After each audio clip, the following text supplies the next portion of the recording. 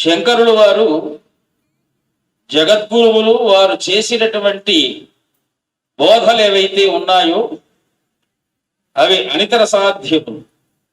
అన్నీ అందరికీ అర్థం కావాలి అని లేదు, అన్నీ అందరూ తెలుసుకునేటువంటి సామర్థ్యము లేదు. కానీ వారు చేసినటువంటి వాంగ్మయ సేవ మనకి ఇచ్చినటువంటి ఒక మహాభాగ్యం. మీరు దేన్ని స్పృశించినా మనం తరించటానికి కావలసినటువంటి మహోన్నత వాంగ్మయాన్ని వారు మనకు అందించారు. అందులో వేదాంత గ్రంథాలు కావచ్చు, ప్రస్థానత్రయ భాష్యాలు కావచ్చు, శివానంద లహరి, సౌందర్య లహరి, పంచరత్న స్తోత్రాలు అనేకాలు. వారు స్పృశించని దేవత లేరు, స్పృశించని పదార్థము లేదు. అందుకే వారి నోటు నుండి ఏవైతే వారి 32 సంవత్సరాల జీవిత ప్రాయములో ఒక భాండాగారముగా నిధిగా తయారయ్యి ఉన్నవో అవి జగత్తులో ఈ పదార్థము నిత్యము, ఈ పదార్థము సత్యము అనేటువంటి దేన్నైతే సూచిస్తూ వేదాంత శాస్త్రము నడుస్తున్నదో ఆ పదార్థముల యొక్క జగత్తత్వ సారాన్నంతా కూడా వారు మనకు అందించారు. అందుకోసం జగద్గురువులైనటువంటి ఆదిశంకర భగవత్పాదులకు మనం కోటి వందనాలు సమర్పిస్తూ,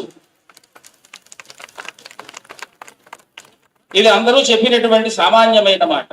బాగా మానసికంగా వేదాంత తత్వానికి గురి చేసేటువంటి, వేదాంత విచారణకు కారణమయ్యేటువంటి శంకర భగవత్పాదుల యొక్క వాక్యములలో ఏది మాకు మహోన్నతమైనటువంటి వాక్యం ఉన్నదో దాన్ని 2 ముఖాల్లో చెప్పాలి అంతే.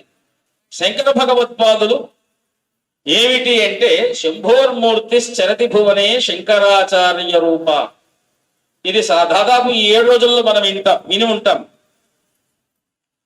మరి ఈ శంభోర్మూర్తి ఎలాంటి ఆయన అంటే, ముక్త్వా మౌనం వట విడపినో మూలతో నిష్పతంతి. ఆయన సాధారణంగా ఏమి మాట్లాడ్డట. ఎవరు ఈ శంభోర్మూర్తి చరతి భువనే అంటున్నారు కదా, ఈయన మాట్లాడ్డట. ఏమి ఆయన భూలోకంలోకి వచ్చి మాట్లాడటం మొదలు పెట్టాడట. ఏం మాట్లాడుతున్నాడు అంటే, ఆయన అష్టవర్షే చతుర్వేది ద్వాదశే సర్వశాస్త్రవిద్ అని మనకు పురాణాలు చెప్తున్నట్టుగా, శంకర విజయ గ్రంథం చెప్తున్నట్టుగా సకల శాస్త్ర ఇతిహాస పురాణముల యొక్క సారభూతమైనటువంటి ఆత్మవిద్యను వారు ఉపదేశం చెయ్యటానికి ఈ లోకానికి వచ్చి ఆత్మవిద్యను ఉపదేశం చేస్తూ ఉన్నారట. ఎవరిని ఉద్ధరించటానికి ఈ ఆత్మ విద్యను ఉపదేశం చేస్తున్నారు అంటే, అజ్ఞానాంతర్గహణపతితాన్. ఎవరైతే అజ్ఞానము చేత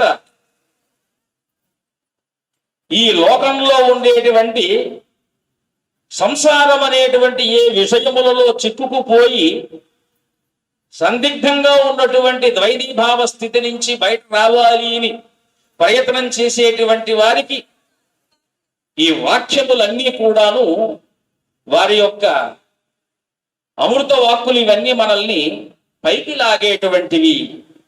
అందుకే వారు ఒక మాట అన్నారు, ఈ బ్రహ్మ వేదాంతములన్నీ కూడా అంత సూక్ష్మంగా ప్రతి ఒక్కరూ పట్టుకోలేరు కనుక ఈ వేదాంత శాస్త్రాన్ని మామూలుగా సాధారణంగా ప్రజలకు కావలసినటువంటి వారికి ఇష్టదేవతా రూపాల్లో వాటిని ఇమిడ్చి వాళ్ళ చేత పారాయణ చేయిస్తే ఎంత బాగుంటుంది. అందుకే స్వామివారు రాసినటువంటి ప్రతి దేవతా శ్లోకాల్లో వేదాంత తత్వం పరిపూర్ణంగా దాగి ఉన్నది. మేము నిజంగా ఈవేళ నృసింహ పంచరత్న స్తోత్రానికి అర్థం చెప్తామని వచ్చాం. కానీ పంచరత్నాలు మిగిలితే మనకు రత్నాలు దొక్కేటట్టుగా లేవు ప్రస్తుత పరిస్థితి. కానీ అందులో ఒక రత్నాల్లో ఒక చిన్న భాగాన్ని మనం తలుచుకుంటే, చిట్ట చివరిగా ఫలశ్రుతిలో స్వప్నే దృష్టం సకలం హి వృష జాగ్రత్త స్మర తద్వదితి. నాయనలారా, ఏదైతే మనం స్వప్నంలో చూసి నిద్రలేవగానే ఇదంతా కూడా మృష అంటే భ్రాంతిగా, అసత్యముగా భావన మాత్రం సత్యమే గాని యథార్థమైతే కాదు. జాగ్రత్త స్మర తద్వదితి. మీరు నిజంగా ఇప్పుడు మనం ఇక్కడ చూస్తున్నటువంటి ఏ శబ్దధ్వని చేత మీరు చేస్తున్నటువంటి పారాయణలు ఏవైతే ఉన్నాయో ఆ శబ్దము చేత వెలువడినటువంటి ఒక మహాశక్తి మాత్రమే సత్యం. కానీ మిగిలినటువంటివన్నీ కూడా నశ్వరాములు. ఎందుకంటే ఇప్పుడు అందరూ 10 నిమిషాల్లో ఖాళీ చేసేస్తారు. ఈ సభ ఒక అరగంట 30 గంట తర్వాత మౌనం అయిపోతుంది. మళ్ళీ రేపు తెల్లవారితో కానీ దీనికి మళ్ళీ ఆ పరిపూర్ణమైనటువంటి ఆ శంకర తేజస్సులు పొందలేదు. 4 రోజుల తర్వాత మళ్ళీ ఏమి ఉండదు ఇక్కడ. జాగ్రత్త స్మరతద్వతి, జాగ్రత్తలో కూడా మీరు ఏది చూస్తున్నారో అది కూడా స్వప్నంలో మీరు దేన్ని చూస్తున్నారో మృషగా అనుకుంటున్నారో జాగ్రత్తలో కూడా అటువంటిదేనట. అందుకే ఆయన చిట్ట చివరిగా ఒక మాట అన్నారు. ఏమిటి అంటే భజగోవిందం అని చెబుతూ వారు ఇంకొక భజ శబ్దముతో ఉపయోగించినటువంటి శ్లోక రచన ఈ యొక్క నృసింహ పంచరత్న శ్లోక రచన. చేతో భృంగ భ్రమసి వృధ భవ మరుభూమౌ విరసాయాం. చూడండి ఎంత అద్భుతమైనటువంటి శ్లోకము. మనస్సుని వారు భ్రమరంగా సంకల్పనం చేస్తూ చేతో భృంగ భ్రమసి వృధ, ఓ మనస్సు అనేటువంటి భ్రమరమ, నువ్వు ఈ యొక్క మరుభూమి అంటే వాస్తవానికి ఉన్నట్టుగా కనిపిస్తున్నటువంటి లేనిది ఏదైతే ఉన్నదో దాని యందు నువ్వు రసము కోసం తిరుగుతున్నావు. అంటే మధు, ఆ భ్రమరానికి కావలసిన రసం తేనె. అటువంటి తేనె నీకు ఈ యొక్క భవ మరుభూము విరసాయాం, మరుభూమిలాగా ఉన్నటువంటి ఈ భవ సంసార సాగరంలో నీకు దొరకదమ్మా. అందుకు భజ భజ లక్ష్మీ నరసింహ నఖ పద సరసిజ మకరందం. ఎందుకంటే మాకు ఇష్టమైనటువంటి, మేము నిత్య ఉపాసన చేసేటువంటి, ఇప్పుడు ప్రస్తుతానికి ఉగాది సమారభ్య ఈ నృసింహ జయంతి పర్యంతము నృసింహానుష్ఠానంలో లక్షానుష్ఠానంలో ఉంటూ నిరంతరము అదే స్మరణ చేస్తున్నాము. కనుక ఈ సందర్భంలో స్వామివారు పలికినటువంటి ఆ యొక్క అద్భుతమైనటువంటి నృసింహ సందర్భంగా వారు ఇచ్చినటువంటి రత్నంలో ఈ యొక్క రత్నాన్ని మన మనస్సు అనేటువంటి భ్రమరము నిరంతరము మరుభూమిలో ఉన్నటువంటి ఈ భవసాగరములో నిస్సారమైనటువంటి మకరందము కోసం వెళుతూనే ఉంటుంది. మరి మీకు దొరుకుతున్నదా మకరందం? చెప్పండి. మకరందం అంటే ఏమిటి? మనస్సుకు పుష్టి. మకరందం అంటే మధువు. ఈ మధువు యొక్క వాస్తవిక రూపం ఏమిటి అంటే సూర్యకిరణము. మనం ఫోటోసింథసిస్ అంటూ ఉంటాం. చెట్లన్నీ కూడా సూర్యకిరణములు తీసుకుంటాయి. ఆ చెట్లలో ఉన్నటువంటి సూర్యకిరణములను అన్ని కూడా మధువుగా మారి ఆ పుష్పములందు ప్రకాశిస్తూ ఉంటాయి. ఈ భ్రమరం ఏం చేస్తుంది? వెళ్ళి ఆ మకరందాన్ని గురవుతుంది, అంటే మకరందాన్ని స్వీకరిస్తుంది. అటువంటి భ్రమరం ఏం చేస్తున్నది అంటే మకరందం కోసము మరుభూములైనటువంటి ఎడారులో పూల కోసం వెతుకుతున్నది. మన పరిస్థితి కూడా ప్రస్తుతానికి భవసాగరంలో వెతికేటువంటి మకరందం మనకు కావాల్సింది కాదు. కానీ మనకు లోపల పెరుగుతున్నటువంటి బ్రహ్మ జిజ్ఞాస తాపత్రయం ఏదైతే ఉన్నదో దానికి మనస్సుకు వచ్చేటప్పటికి అర్థాలు మారిపోయి సాంసారిక జిజ్ఞాస తాపత్రయంగా మారిపోతుంది. అంటే లోపల తపన ఒకటి ఆధ్యాత్మికం, అది భౌతికానికి వచ్చేటప్పటికి విషయ వ్యామోహాలుగా మారిపోతుంది. మరి ఈ విషయ వ్యామోహ సమస్తమైనటువంటి మరుభూమి నుంచి తప్పించుకొని మనం నిజమైనటువంటి మకరందాన్ని ఎక్కడ వెతకాలి అంటే భజ భజ లక్ష్మీ నరసింహ నఖ పద సరసిజ మకరందం. ఆ పాదాలనేటువంటి పద్మాలలో ఉంది చూశారా? అందరినీ పాపరహితులుగా చేసేటువంటి, అందరినీ కూడా మకరంద భూయిష్ఠులుగా, అంటే మీకు కావలసినటువంటి జ్ఞాన సంపదనిచ్చేటువంటి, మీరు దేన్ని నిజంగా ఆస్వాదించాలనుకుంటున్నారో అటువంటి ఆస్వాదనను ఇచ్చేటువంటి తవహితమేకం వాక్యం వక్ష్యే, నేను చెప్తున్నాను అంటున్నాడు ఆయన. మీ కొరకు మీకు హితము చేసేటువంటి శృణు సుఖకామో యతి సతతం. ఓ సుఖకాములైనటువంటి వారు, మనకు కావలసింది సుఖమేనండి. లోపల హృదయం చెప్తున్నటువంటిది కూడా సుఖం కావాలి. అంటే ఆనందానికి సుఖానికి చిన్న వ్యత్యాసం ఉన్న మనసు దగ్గరకు వచ్చేటప్పటికి అది సుఖంగా జిజ్ఞాస కోరుతూ ఉంటుంది. కానీ నిజమైనటువంటి సుఖము, నిజమైనటువంటి ఆనందము, శరీరం ఇచ్చేటువంటి సుఖము ఆత్మానందాన్ని ఇవ్వలేదు. మరి ఆనందాన్ని పొందాలి అంటే దేన్ని పొందాలి అంటే సుఖము ఉంటేనే ఆనందం. మరి ఈ సుఖం ఎక్కడ దొరుకుతున్నది అంటే శృణు సుఖకామో యది సతతం. నువ్వు నిజంగా సుఖకాముడైతే తవహిత వచనం వక్షే, నేను చెప్తున్నటువంటి వచనాన్ని, నీ కొరకు చెప్పేటువంటి వచనాన్ని నువ్వు శ్రద్ధగా వినవయ్యా. శృణు సుఖకాము యది సతతం, నిరంతరము నువ్వు సుఖాన్ని కోరుకున్న వాడైతే భజ భజ లక్ష్మీ నరసింహ నఘ పద సరసిజ మకరందం. కనుక మీరేం చెయ్యాలి అంటే ఇంకో మాట కూడా చెప్పారు, భజ గోవిందం భజ గోవిందం గోవిందం భజ మూఢమతే అన్నారు. అంటే వారికి ఎవరెవరు ఏ ఏ రుచుల్లో ఉంటారో తెలియదు నాయనలారా. మీరు పుట్టినటువంటి వాడు కొంతమంది హనుమంతునికి ఇష్టపడతారు, కొంతమంది గణపతిని ఇష్టపడతారు, కొంతమంది అమ్మవారిని ఇష్టపడతారు, కొంతమంది వారి వారి ఇష్టానురూపంగా దేవతల్ని ఆశ్రయిస్తూ ఉంటారు.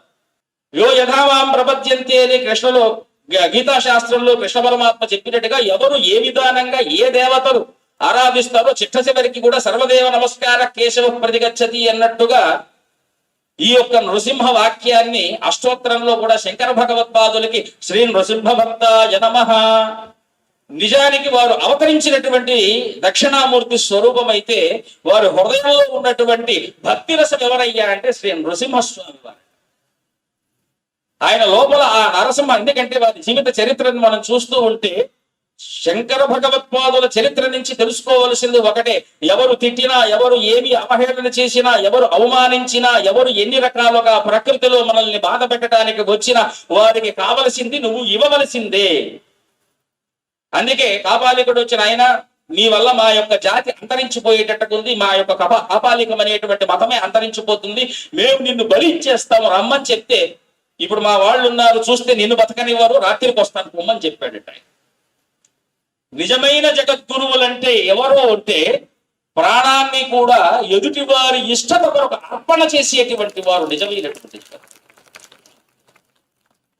ఇక వారిని రక్షించుకునేటువంటి బాధ్యత ఎవరిది అంటే ఈ యొక్క సద్గురువు యొక్క రచనలతో ఇంకా లోకం ఉద్ధరింపబడాలి అనేటువంటి ఉద్దేశ్యంతో సాక్షాత్తు శ్రీ నరసింహ పరమాత్మయే పద్మపాదుడి యొక్క బుద్ధినందు ప్రచోదనుడిని ఆయన యొక్క ప్రచోదన శక్తి చేత గురువు గారికి ఏదో ఆపద వాటిల్లుతున్నదనేటువంటి విషయాన్ని పసిగట్టి వెళ్లి నృసింహారాధన భక్తి చేత ఆ యొక్క కాపాలికలను అంతమనర్చి మరల కూడా తన గురువుని తను సంపాదించుకున్నాడు. అంటే భారతదేశంలో శిష్యుడి యొక్క ఘనత చూడండి. గురు శిష్యుల యొక్క సంబంధం ఎలా ఉంది అంటే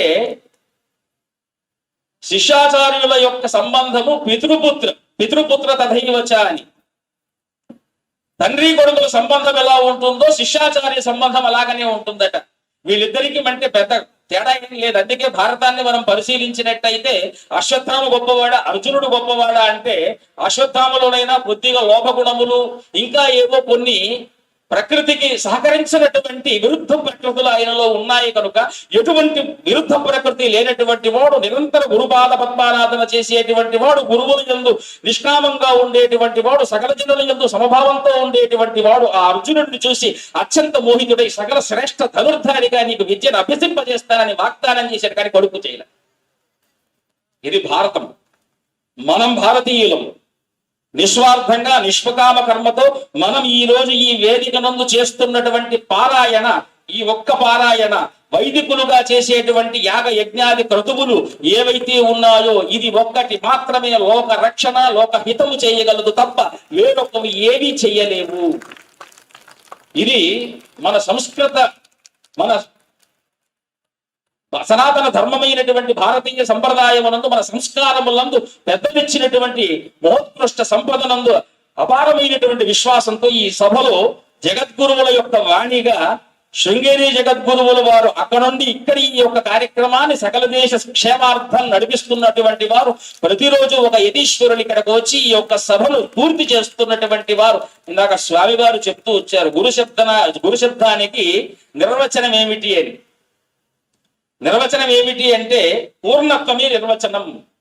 ఈ యొక్క సభ తెల్లవారు నుండి రాత్రి వరకు పరిపూర్ణమైనటువంటి అనేక వైదిక ఆగమ శృతి ఇతిహాస పురాణాలు. చూడండి, ఈ యొక్క వేదికను చూస్తే ఒక పక్క శృతి స్మృతి పురాణాల ఆలయం కరుణాలయం అన్నట్టుగా శంకర భగవత్పాదులకు చెప్పినట్టుగా శ్రౌత పండితులు, ఆగమ పండితులు, శాస్త్ర పండితులు, పురాణ పండితులు సాక్షాత్తు వీళ్ళందరూ ఇక్కడ ఉండి ఈ సభను పరిపూర్ణమైనటువంటి విధానంలో నడుపుతూ ఒక్క ఎదురు అక్కడ అడుగు పెట్టి ఈ సమస్తాన్ని కూడా పరిపూర్ణము చేస్తూ లోకానికి మరల కూడా చైతన్యాన్ని వారు ప్రవృద్ధి చేసేటువంటి విధానంగా ఈ సభ నడుస్తూ 7వ రోజుకు ఇకపై ఇంకొక 3 రోజులు గడుస్తూ 11 రోజుల 14 రోజుల పాటు 12 రోజుల పాటు ద్వాదశ రాత్రి దీక్షగా సాగుతున్నటువంటి ఈ సభ ప్రతి ఒక్కరూ కూడా ఈ రోజు కేవలం పారాయణలు ఉన్నాయి కనుక మీరందరూ వచ్చి ఇక ముక్తకంఠంతో పారాయణం చేశాను మా పని అయిపోయింది కాదు.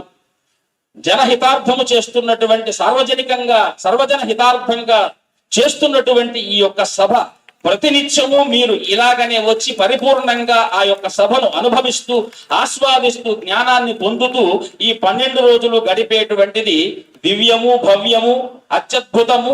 నిజానికి చెప్పాలి అంటే అది అమృతం. దీన్ని కానటువంటి అమృతము ఈ యొక్క 12 రోజుల ప్రాంగణము బయట మీకు ఏది దొరకదు. కనుక ఆ అద్భుతమైనటువంటి అమృత ఆస్వాదనతో లోకంలో అందరూ కూడా స్పర్ధలు వీడి సామరస్యంగా ఉండాలి, రోగ భయాలు పోవాలి.